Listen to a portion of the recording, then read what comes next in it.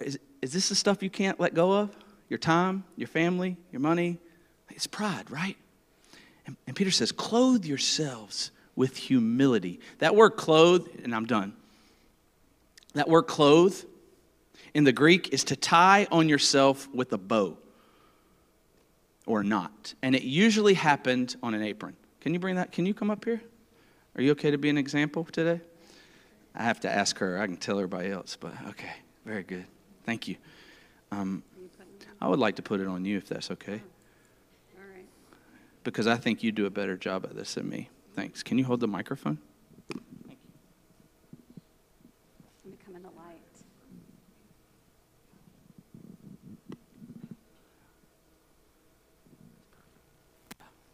So Peter says, clothe yourselves. Turn around. This. Turn around. Yep. With the bow. Right? All right. Turn around. Thanks.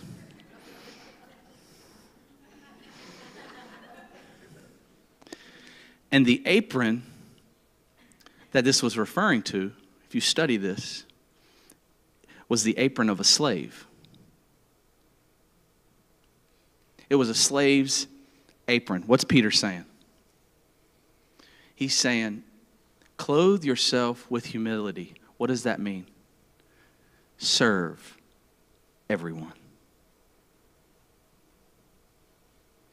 Stoop down and do the work that nobody wants to do. Clean the church. You walk out and you see a piece of trash, pick it up. You hear about a need, meet it. Don't say the church will do it. You are the church. Somebody says, pray for me, stop and pray right then for them. Don't say I will. Don't comment praying for you. I think Alan introduced this to me, but I asked him to pray for me and through a text, and then he just typed out this long prayer on text, and I'm like, he wrote me a book, but I felt it. I read it, and I believed it. So I started doing that. I started typing out prayers. If you need prayer, don't text me because you're going to get one if you don't want it. Like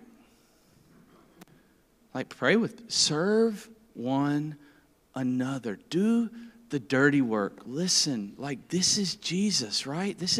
Don't you want to be in a church with little Christs? That's what Christians mean. Little Christs.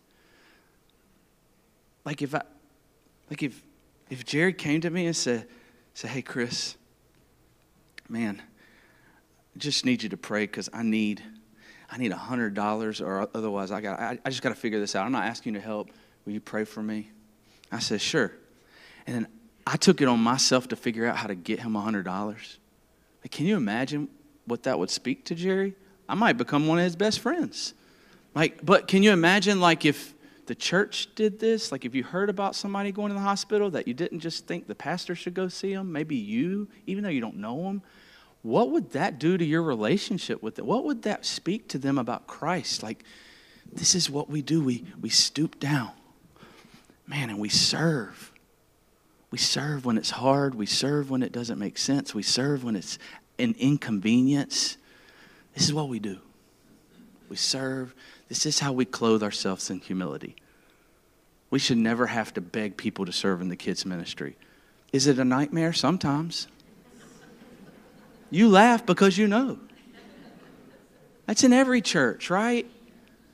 Well, I don't have kids in there. Good, you got free time. Go.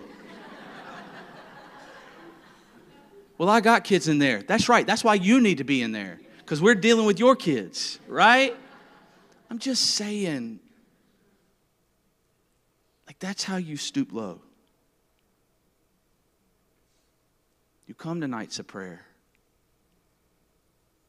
You serve the body. Not because the pastor asked you, not because you feel guilty, man, because you are putting on humility, clothing yourselves, and you realize this is what Jesus did. He served. You realize this, right? He served you. He gave you life. He suffered. He bled. But all he did was serve. Thank you for being my little servant. I appreciate it.